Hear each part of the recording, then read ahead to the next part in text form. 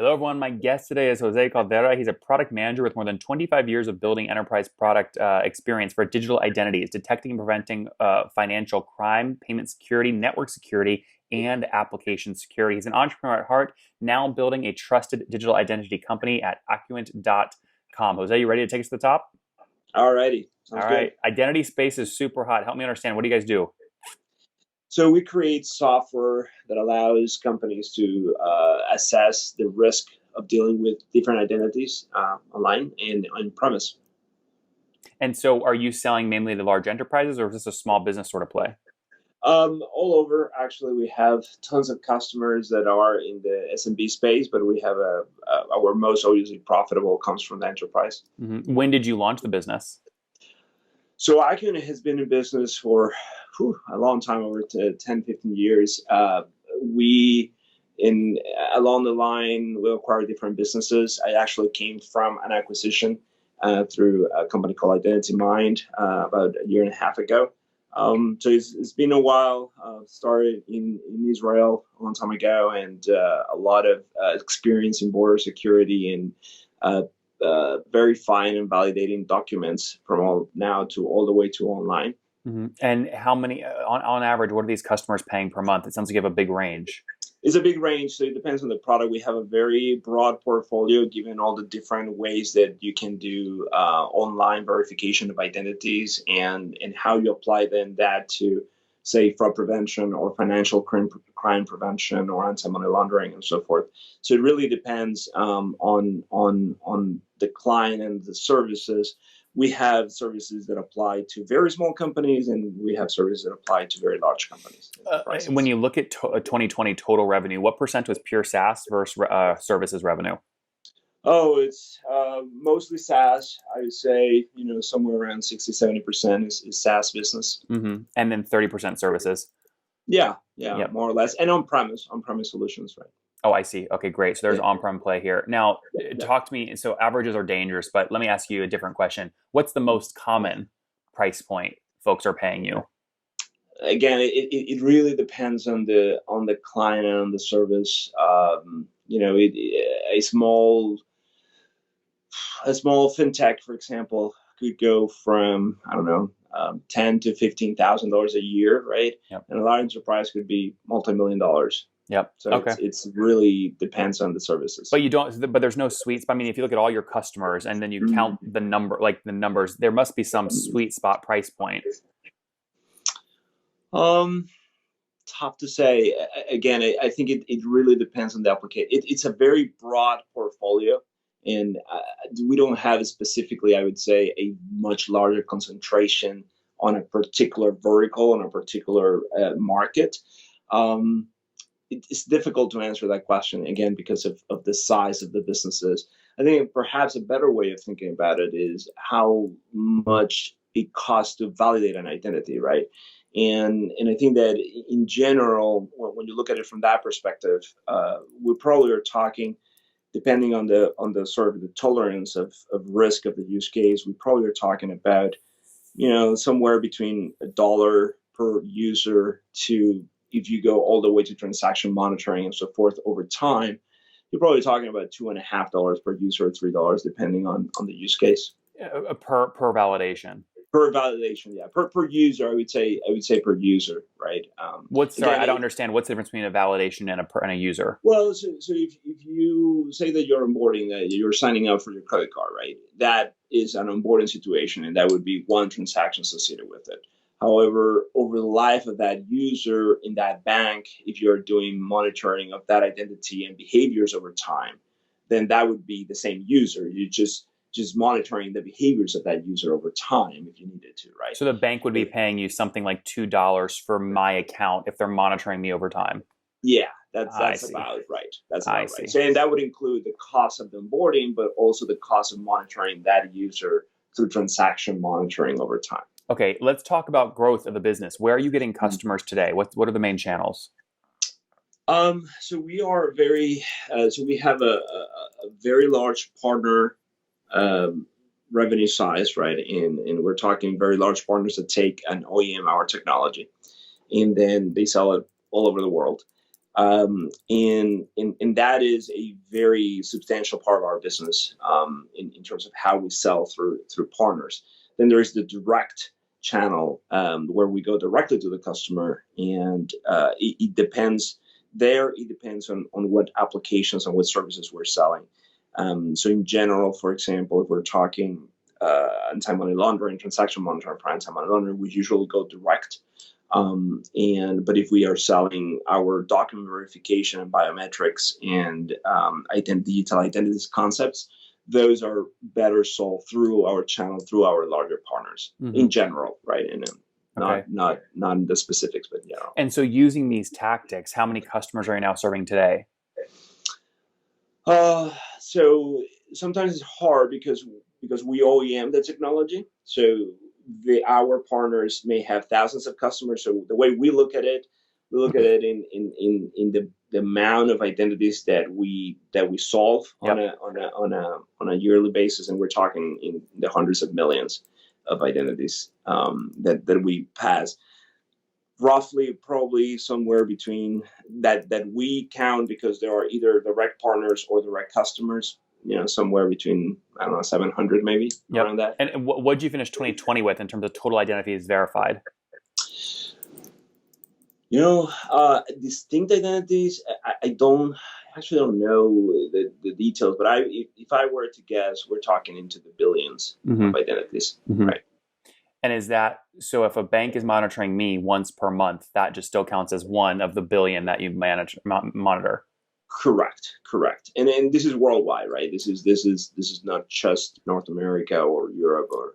So true or false? There's only 7 or 8 billion people in the world. If you're managing and verifying a billion of them, you have more than 10% coverage of the entire Earth based off users being tracked. At any given point in time, yes, there is So I guess I should say that if you are Bank A and you do Jose, right, in terms of authentication, and then you go to Bank B, and then you also authenticate Jose, that counts as 2, right? It's just that on a per client basis. So it's not quite a billion unique. It would be more about, there's some overlap, obviously, right? Because I do business with, Bank of America and Wells Fargo and whatever other fintechs in the world there are. And you mentioned again, the minimum was a sort of $1 to validate identity. You just said $1 billion last year. I don't think you did $1 billion in revenue last year. So where's my math wrong? No, it's a good point. It's actually a very good point. It depends of how you contract, and obviously when you have and do a lot of volume, the price per identity verification goes lower, right? And the price that we give sometimes to our partners is much lower than the cost that we would go directly, right? Because they are putting money on top of that, right? On those. So it, good point in saying that. I think that's about the cost of the market to use the type of technology validation that we do for our customers. Now, as I said, not all the for example, transaction monitoring, right? It's a very different cost center than what a user validation and verification is. So there is some checks and balances in terms of how you put down the monetization on a per identity basis. Yeah. So let's go back instead of talking about per identity model, let's go back and talk about 700 customers. Right. If 700 customers, right, at a minimum of sort of what you said, ARPU would be monthly ARPU. Let's say it was $1,500 or $2,000 per month. That puts you at like $1.5 million per month in revenue. Is that more in line with what you actually are? We were doing well. Some of the numbers I can't disclose, private company, so I'm not allowed to disclose that. But we're doing well. That's not helpful. It isn't, but it's something I can talk in details about. Talk to me about the team. How many folks total? About 180. Okay, and how many engineers? About 80. Okay. So you are. This is a hardcore tech product with that much of your team being in engineering. Yes. How many now? Do you guys employ a sales strategy that requires quota carrying reps, or is it really the OEM strategy? It's both. And so we do have sales with that carry a quota. And we have how many carry a quota? Oh, I would say about 2/3. Even the ones that work with Two partners, thirds of what? 2/3 of our sales force probably carry a quota. Yeah, but I don't know Uh, what your sales force is.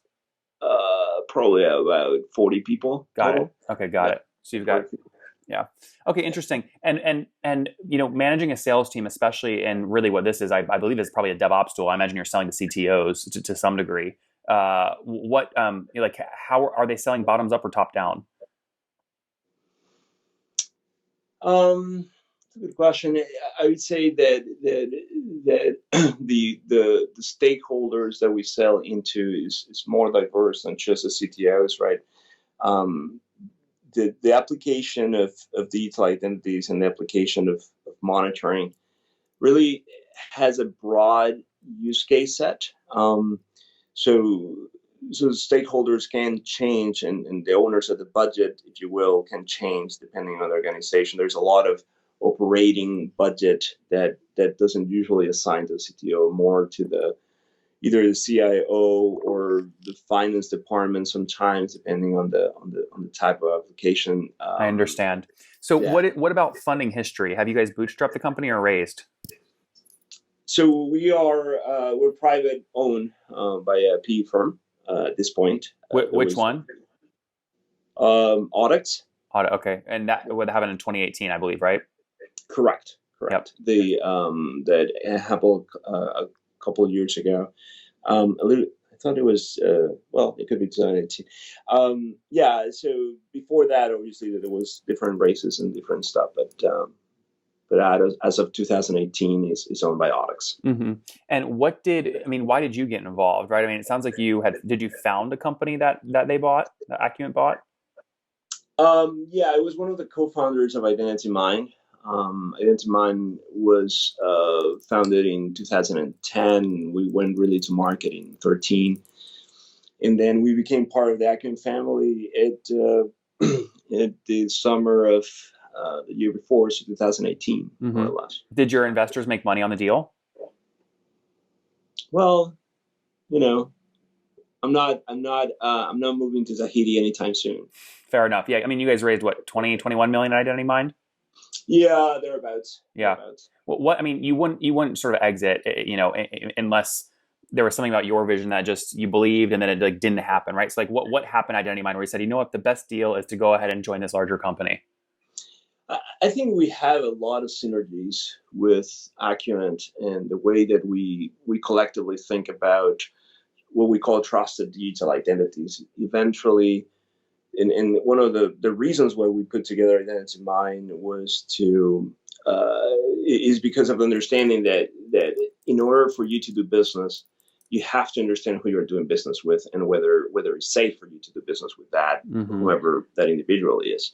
So the premise of Identity Mind in creating identities was really to solve that problem, and I think it's a vision in my mind rather than something that you can achieve very quickly, right? And I think we still have a lot of work to do to get to that vision and attain that. So when we started working with Acuant, it was very clear there was a very we were very much in the same vein as to how do you build in a platform that allows you to do that. So are we finished with that? No, we have a lot of work to do, and market has a lot of work to do. And so we're still working on this. You can't disclose the actual sales price, obviously, but whatever the total deal size was, what percent of that was, incentivizing you and the team with stock in Acuant? I can't disclose any of the details, obviously, but the it was good for us. It was a good incentive to continue to work with. Both the Acuant team and the Audix team are fantastic to work with. So I think we are all most of us continue to be heavily invested in the ideas and the pursuit of what we want. We believe that we need to build to facilitate safety in the Mm-hmm. marketplace. Where does your earnout end? My earnout? Yeah. You're going to leave in 13 months, aren't you? No, I'm not very passionate about what we're building, and we have work to do.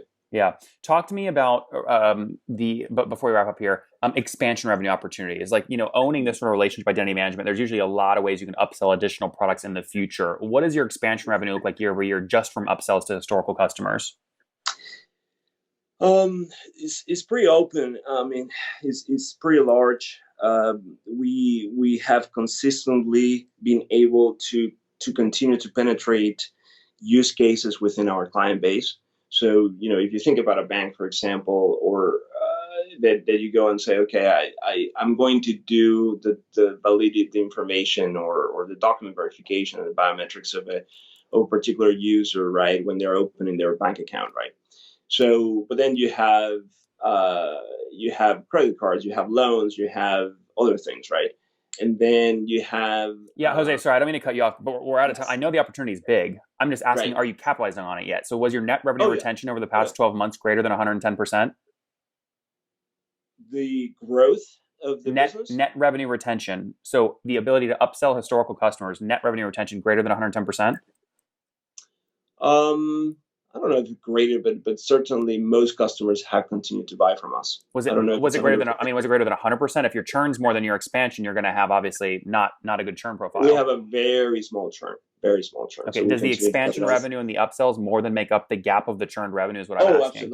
Absolutely. Got it. So you're above 100% net revenue retention. Oh yeah. I see. Yeah. Very cool. Okay, let's last question here in terms of growth. Obviously, you're owned by a private equity firm. I mean, what are you targeting year over year in terms of revenue growth?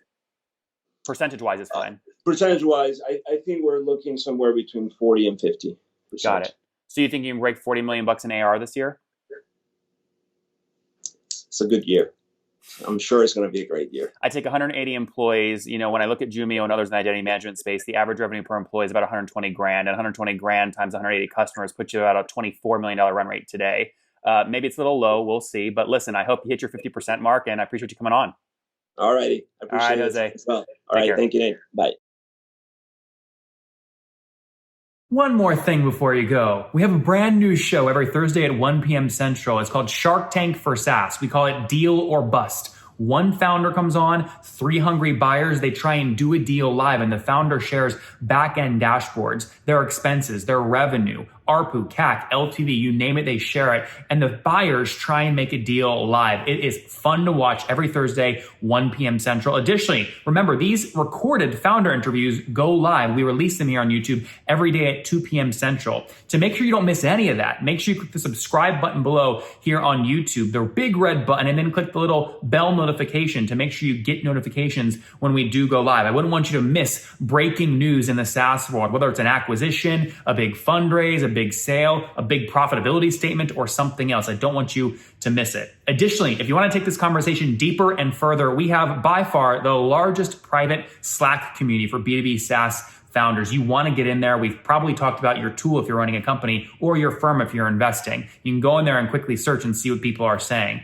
Sign up for that at nathanlatka.com/Slack. In the meantime, I'm hanging out with you here on YouTube. I'll be in the comments for the next 30 minutes. Feel free to let me know what you thought about this episode. And if you enjoyed it, click the thumbs up. We get a lot of haters that are mad at how aggressive I am on these shows, but I do it so that we can all learn. We have to counter those people. We got to push them away. Click the thumbs up below to counter them and know that I appreciate your guys' support. All right, I'll be in the comments. See ya.